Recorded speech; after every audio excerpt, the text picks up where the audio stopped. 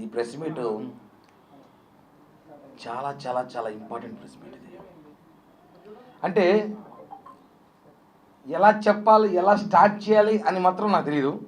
ఎలా ముగింపు చేయాలంటే చెప్పగలుగుతాను. ఎలా అంటే ఒక సామెత చెప్పారు పెద్దలు గతంలో, ఏమి జరిగినా మన మంచిగా అంటారంట. నా విషయంలో 26 రోజులు అదే జరిగింది. 26 రోజులు గత నెల 8వ తారీఖు, దాని ముందు అనుకోండి 6వ తారీఖు జగన్మోహన్ రెడ్డిని చిట్టిరెడ్డి అని 2.0 అని పోస్టర్లు పెట్టిన తర్వాత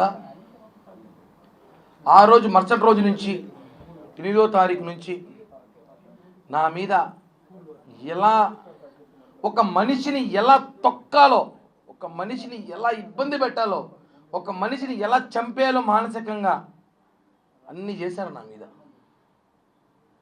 నిజంగానే నేను ఆ రోజు నుంచి ఈరోజు ఒకటే చెప్తున్నా, ఇద్దరికి మాత్రం నా జీవితాంతం రుణపడి ఉంటా.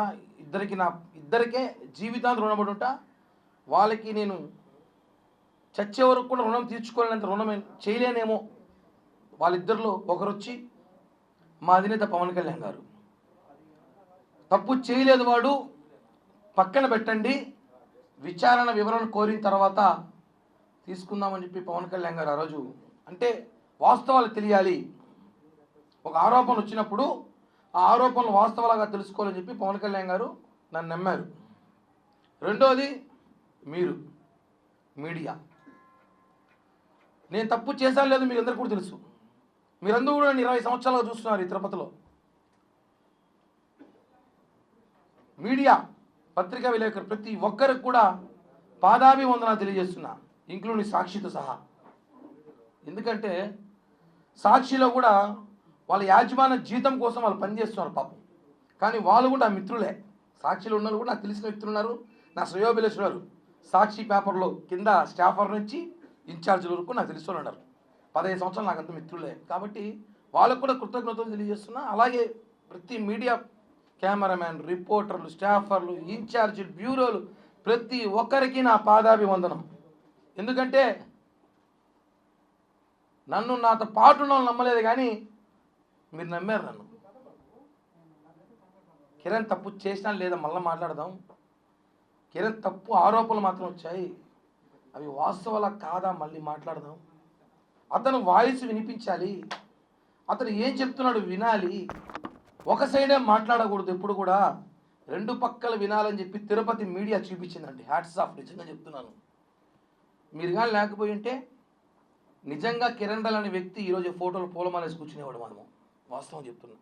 అంత ఇబ్బంది పెట్టారు నన్ను మానసికంగా, నా కుటుంబాన్ని, నా చిన్న పాపని, కులాన్ని.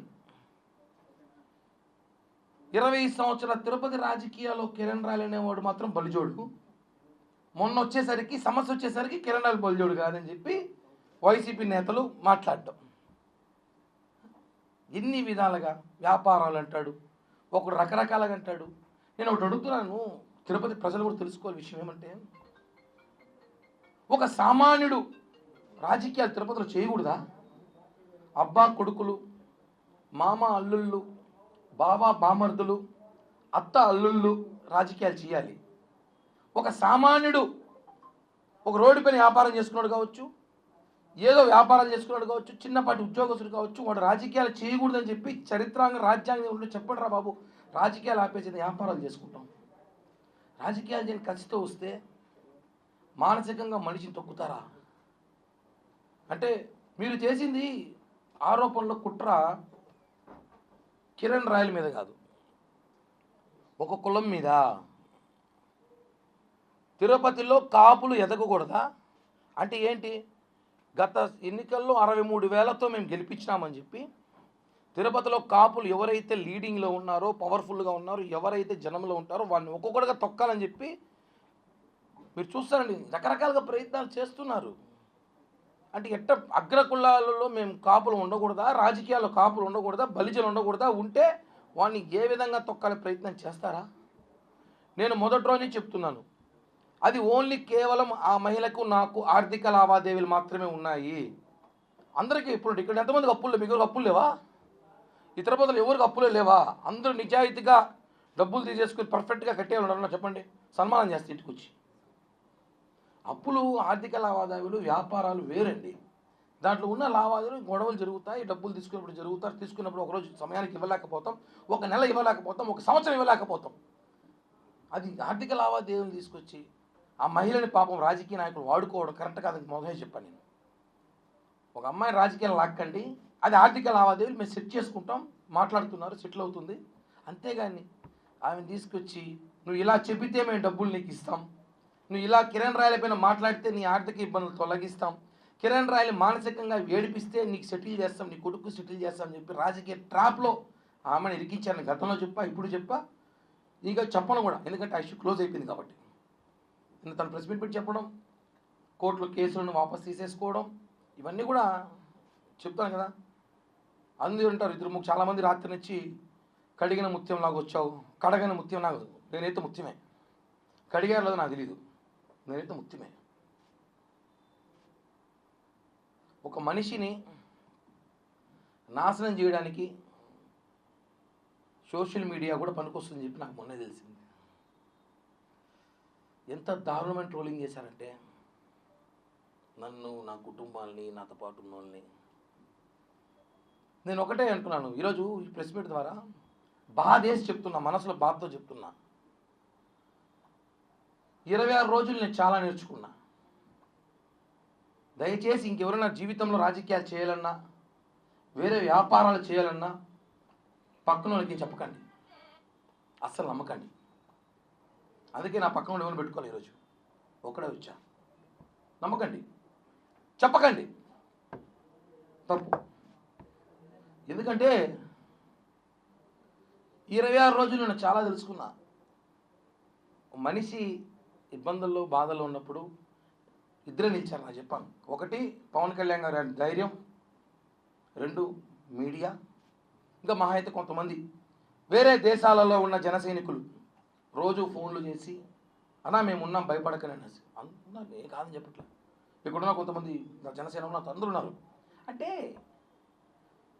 ఒకరు వచ్చి చెప్పేస్తే దాన్ని నమ్మడం అంత ఈజీ కాదు, దాని వాస్తవాలు తెలుసుకోవాలి. ఒక అడ్వకేట్ ఎవరో ఉన్నాడు మొన్న, ఆయన ఈ ఇష్యూలో అతను అడ్వకేట్ లాంటి వాడు, అడ్వకేట్ అది కాదు, అతని పేరు కూడా నేను చెప్పను, ఉప్పల్ బాలంటాం మేమందరం. అతను ఇప్పుడు ఒక సమస్య వచ్చిందండి మనకి, ఆ సమస్య అడ్వకేట్కి చెప్పుకుంటాం, సార్ నాకు ఇలా మోసం జరిగింది, ఇలా నాకు అన్యాయం జరిగింది, నాకు డబ్బులు రావాలంటే తను ఏం చేయాలి, కోర్టులో పిటిషన్ వేయాలి, కోర్టులో వాదించాలి, సాక్షి టీవీ, సాక్షి పేపర్లో కాదు. తను ఏం చేశాడు, కిరణ్ రాయల పైన ఆరోపణలు ఉన్నప్పుడు నువ్వు ఆరోపణలు కోర్టులో చూపించు, అంతేగాని డిబేట్లు పెట్టి నీ పబ్లిసిటీ పిచ్చి కోసం నన్ను వాడుకోవడం కరెక్ట్ కాదు. నీ మీద కేసేస్తా, తిప్పిస్తా తిరుపతికి, ఛార్జీలు కూడా నేనే పెడతాను నీకు, అప్ అండ్ డౌన్ ఛార్జీలు కూడా తిప్పిస్తా. సాక్షి మీద కూడా కేసు వేస్తున్నా, చెప్పాను, ఆల్రెడీ చేశాను.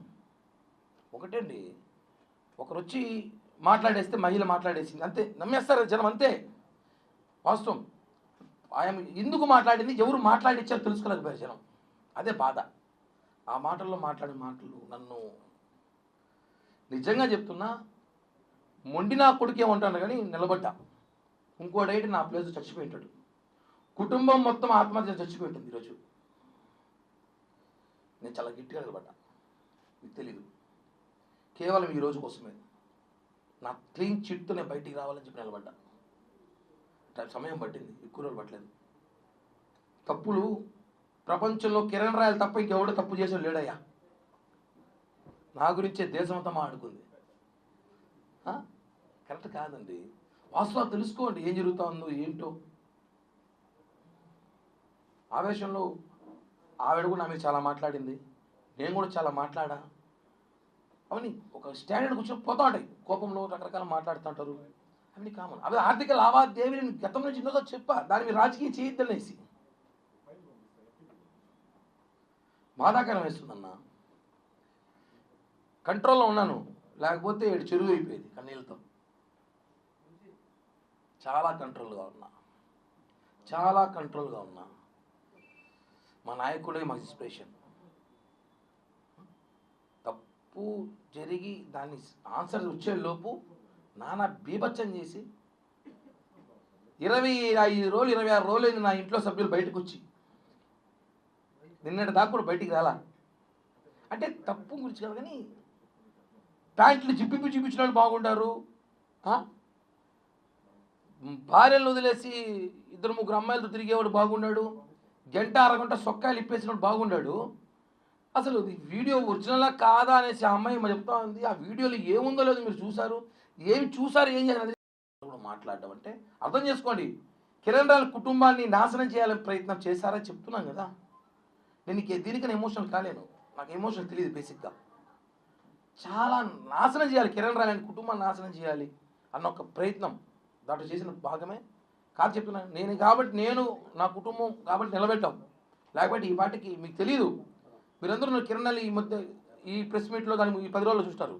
ఈ 10 రోజుల్లో మేము ఎంత మానసికంగా నలిగిపోయామో మాకు మాత్రమే తెలుసు. నిన్నటి రాత్రి వరకు కూడా సరిగ్గా నిద్రపోని రాత్రులు గడిపాం మేము. అంటే అన్న, అప్పు వేరు, మర్డర్ వేరు, జైలుకి వేరు.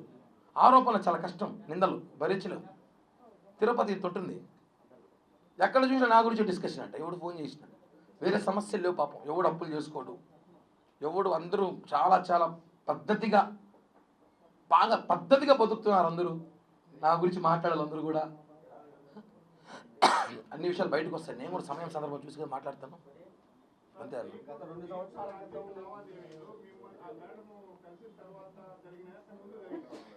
ఏదన్నా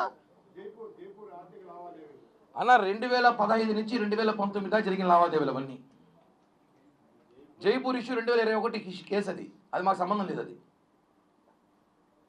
అది మాకు సంబంధం లేదు.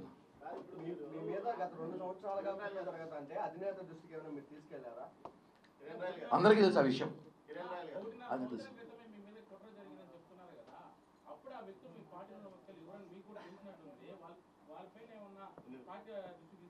అలా ఇప్పుడు నేను నీ పేరు చెప్తే నమ్మంటే నమ్మరు కదా, బయటకు వచ్చాక నమ్ముతారు. ఇప్పుడు నమ్ముతారు.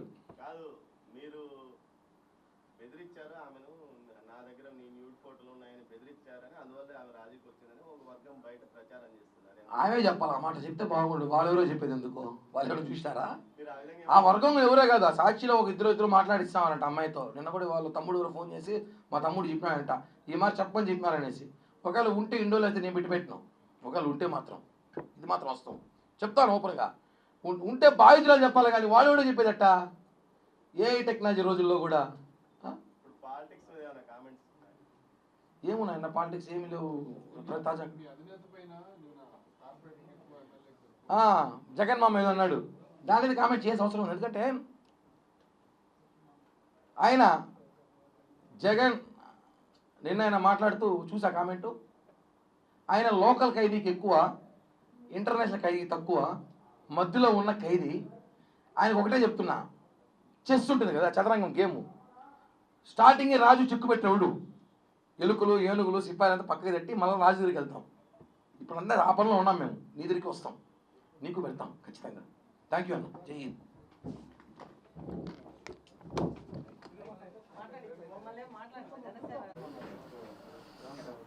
Okay okay